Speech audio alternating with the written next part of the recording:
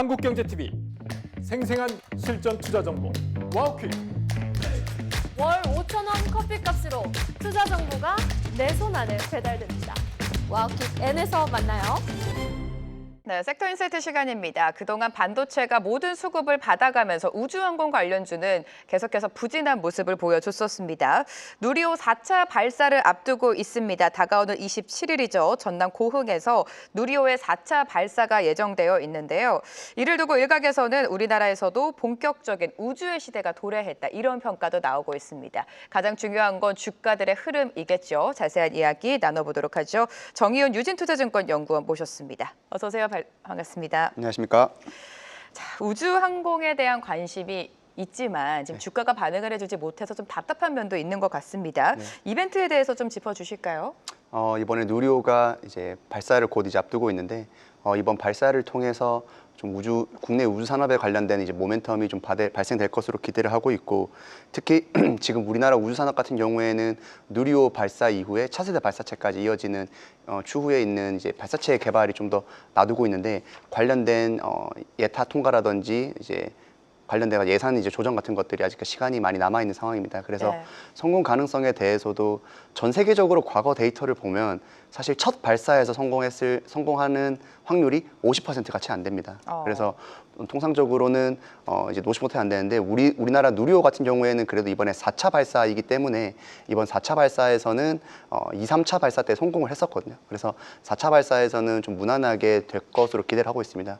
추가적으로 이번 4차 발사 같은 경우에는 하나에어로스페이스라고 하는 이제 민간 기업이 이제 주도를 하게 되거든요. 그래서 이번 민간 기업이 주도를 하는 첫 발사이기 때문에 관련해서 국내 민간 기업들의 참여도가 높아지고 향후 민간 주도의 산업 성장이 이루어지는 좀 초석을 다지는 그런 기회가 되지 않을까 생각하고 있습니다.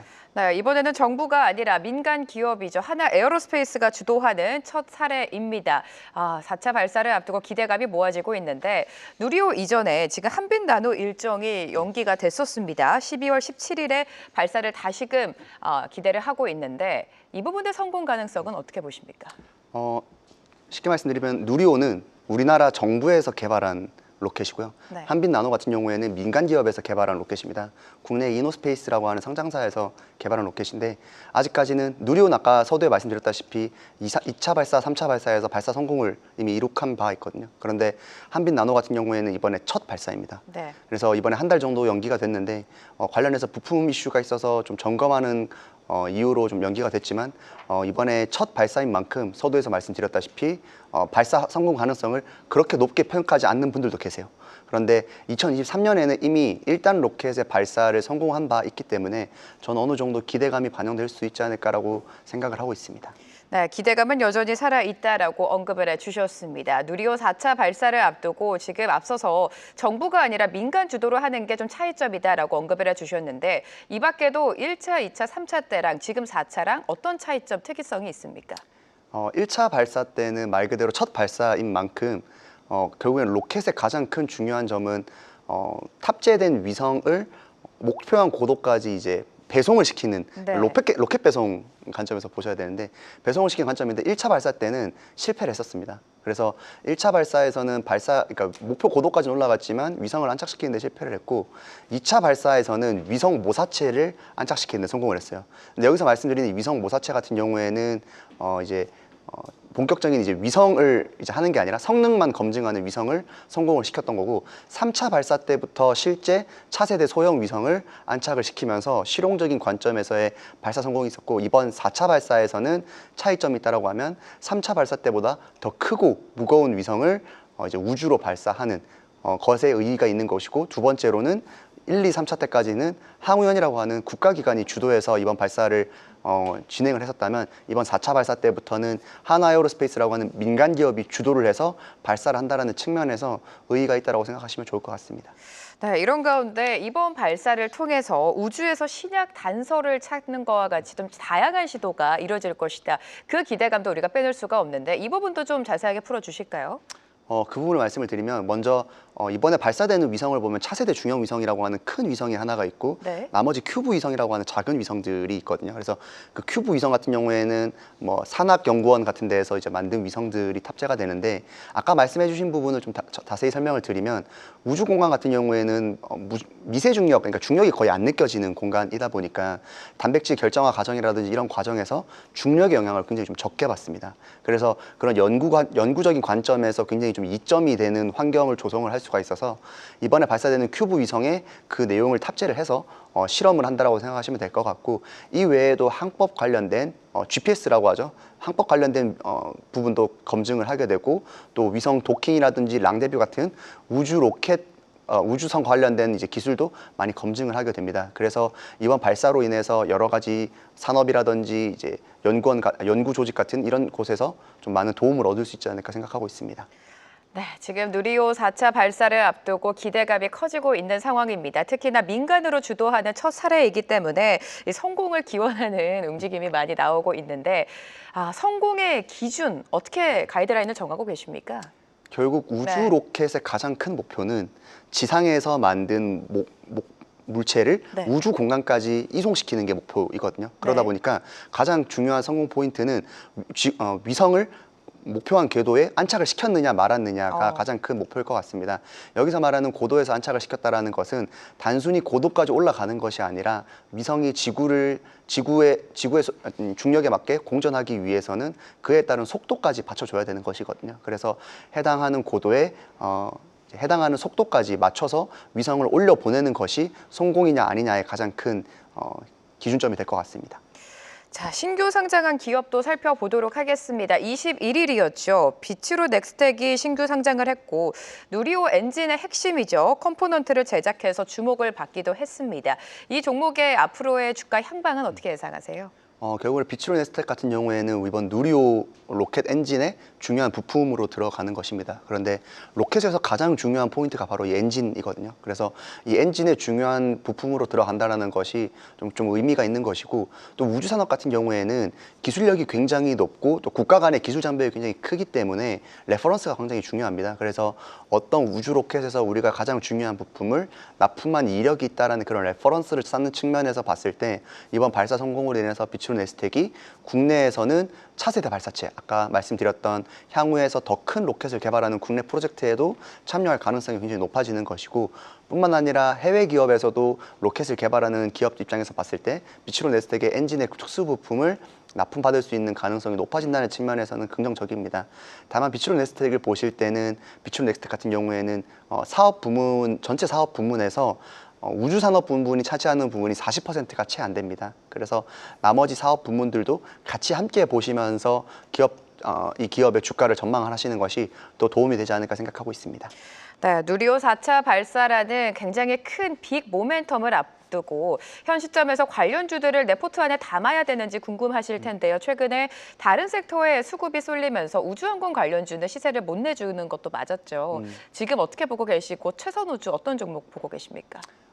제가 누리호 1, 2, 3차 발사 때도 비슷하게 방송에 나가서 그런 말씀을 드렸었는데 이게 누리호 발사를 성공했다고 해서 갑자기 섹터의 모멘텀이 확 변하고 그런 부분은 아닌 것 같습니다. 근데 다만 이번 누리호 발사 성공으로 인해서 얻을 수 있는 기대감 같은 경우에는 정부 차원에서의 발사 성공을 할 경우에는 좀 더 예산 편성이라든지 이런 부분에서 좀 우호적인 관점에서 접근할 수 있다는 것이 첫 번째 긍정적인 목표인 거고 두 번째 같은 경우에는 이제 관련해 가지고 섹터 주도주들에서 이제 수급이 좀 완화될 수 있다는 부분이 두 번째 큰 장점인 것 같습니다. 이렇게 될 경우에는 향후에 차세대 발사체라든지 아니면 차세대 위성 개발에 있어서도 좀 더 긍정적인 역할을 해줄 수 있을 것으로 기대를 하고 있고요.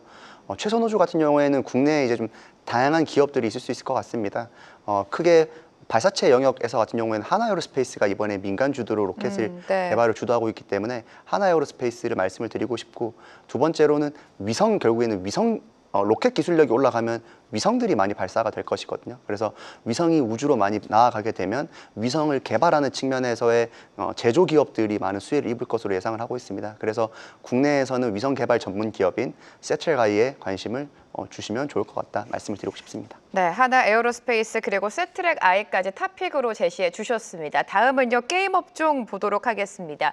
게임 업종 역시 좀 힘든 시간을 지금 보내고 있는데 대형주, 중소형주 할 것 없이 굉장히 큰 변동성을 키우고 있습니다. 계속해서 게임 업계가 이렇게 침체를 이어가는 이유가 무엇이고 우리가 뚜렷한 돌파구를 찾을 수 있다고 보십니까? 결국엔 국내 게임 업계 같은 경우에는 침체가 좀 이어지고 있는 가장 큰 이유는 국내 게임 산업은 모바일 게임에 굉장히 많이 집중되어 있는 산업 구조를 가지고 있습니다.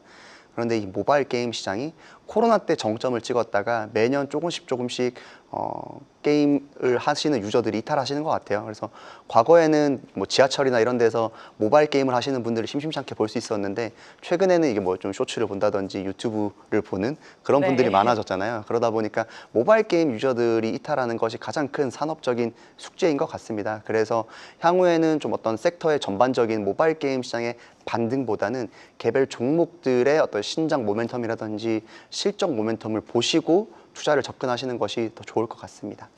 네, 대표적으로 NC소프트를 살펴봐야겠죠. NC소프트 최근에 신작을 발표를 했습니다. 아이온2를 두고 생각만큼 좋았다라고 하면서 주가가 올랐다가 또 실망 매물에 주가가 크게 하락을 하면서 굉장히 큰 변동성을 며칠 사이 내에 보여줬었습니다. 아이온2 모멘텀에 대해서는 어떻게 평가하셨습니까, 연구원님께서? 아이온2가 사실 출시 전에 기대감이 엄청나게 높았어요. 네. 왜냐하면 아이온이라고 하는 IP가 IP 시절부터 굉장히 큰 인기를 끌어왔었고 국내에서도 많은 유저들이 정말 대작이 넘어올 것이다라고 하는 기대감이 있었는데 실제로 출시가 되고 나서는 매출 순위 지표가 빠르게 올라오지 못한 모습을 보였습니다. 그리고 접속 문제라든지 그런 인게임 내에서도 문제가 많이 불거지면서 유저들의 불만이 좀 많은 상황이었거든요. 그러다 보니까 주가는 출시 직후에 이제 빠르게 내려오면서 많은 이제 주가 하락폭을 기록을 했었는데 다만 주말 사이를 지나면서 좀 바뀐 부분을 말씀을 드리면 그러니까 NC소프트 측에서 설명하기로는 이제 아이온2의 매출의 90%가 PC에서 발생이 되고 있다라고 얘기를 하고 있습니다. 이 말의 의미는 지금 모바일 매출 순위 같은 경우에는 모바일로 결제를 했을 때 모바일 매출 순위로 반영이 되는 건데 90%가 PC 매출로 반영이 될 경우에는 이게 매출 순위로 그대로 안 나타날 수 있다는 문제점이 생길 수 있거든요. 그러다 보니까 지금 유저들이 보는 매출 순위는 전체 매출 규모와는 좀 왜곡이 발생되는 그런 현상이 지금 벌어지고 있습니다. 그러다 보니 주말 사이에 그런 부분들이 좀 전해진 것이 첫 번째이고 두 번째는 그런 인게임 내 문제에 대해서 이제 PD들, NC소프트에서 아이온2를 개발한 PD들이 라이브 서비스를 열면서 유저들과 빠르게 소통을 하고 더 자주 소통을 하면서 해당 문제점을 지금 빠르게 개선되고 있는 모습을 보이고 있습니다. 그런 측면에서 봤을 때 유저들이 그런 빠른 소통과 그런 게임 내에서 인게임 문제를 해결하는 측면에서 다시 많이 좀 들어오고 있기 때문에 NC소프트의 주가가 다시금 회복하고 있는 것이 아닌가 생각하고 있습니다. 자, 가장 중요한 거는 내년도에 게임주의 주가가 좀 상단을 높일 수 있을지가 될 텐데요. NC소프트를 비롯해서 여타 다른 게임주 내년도 투자 전략 어떻게 가져갈까요? 제가 최근에 11월에 개최된 지스타를 참석을 하면서 네. 이제 내년도 어떤 게임을 좀 중점적으로 보면 분위기가 좋을까라는 어땠어요? 네. 생각을 좀 되게 많이 했었는데 이게 매년 게임쇼를 참석하면 포인트가 생기거든요. 그래서 올해 포인트 같은 경우에는 레거시 IP의 기환이라고 제가 꼽았습니다. 이게 뭐냐면 과거에는 신규 IP를 바탕으로 신작들을 많이 출시를 했었고 그런 신규 IP를 기반으로 신작 흥행들을 척도로 봤었는데 최근에는 게임 시장이 안 좋아지다 보니까 소위 말하는 이제 올드 팬들, 떠나간 팬들을 이제 붙잡아 오는 것이 좀 핵심이 됐거든요. 그러다 보니까 레거시 IP를 기반으로 얼마만큼 많은 유저들을 좀 가지고 올 수 있는가가 좀 관건이 될 것 같습니다. 특히 올해 2025년 게임 대상을 받은 마비노기 모바일 같은 경우에도 마비노기라고 하는 메가 IP를 바탕으로 흥행을 이끌어냈고 넷마블의 세븐나이츠 리버스라고 하는 신작도 굉장히 좋은 성과를 기록을 했는데 네. 이 또한 세븐나이츠라는 IP를 바탕으로 가지고 온 것이거든요. 그렇기 때문에 내년도에도 이 같은 레거시 IP에 기반한 신작들이 좀 더 좋은 성과를 낼 것으로 기대를 하고 있습니다. 따라서 관련해서 좀 투자 포인트 같은 경우에도 넷마블이 저는 좀 이제 추천 종목으로 말씀을 드리고 싶은 게 이제 관련해서 몬스터 길드릭이라든지 이제 7개의 대제 같은 레거시 IP를 확보하고 있는 회사이기도 하고 관련한 기반에서 신작을 출시할 예정이기 때문에 넷마블을 보시면 좋을 것 같습니다. 네, 내년도 게임업계의 가장 큰 포인트는 레거시 IP를 기반으로 신작이 얼마만큼 흥행할 수 있을지 그 여부다라고 언급해 주셨고요. 관련주로 넷마블 제시해 주셨습니다. 정의원 유진투자증권 연구원과 오늘 이 시간 함께했습니다. 고맙습니다. 감사합니다. 계속해서 다양한 경제 이슈를 알고 싶다면 구독과 좋아요, 알림 설정 부탁드립니다. AI 캐스터 권미정이었습니다.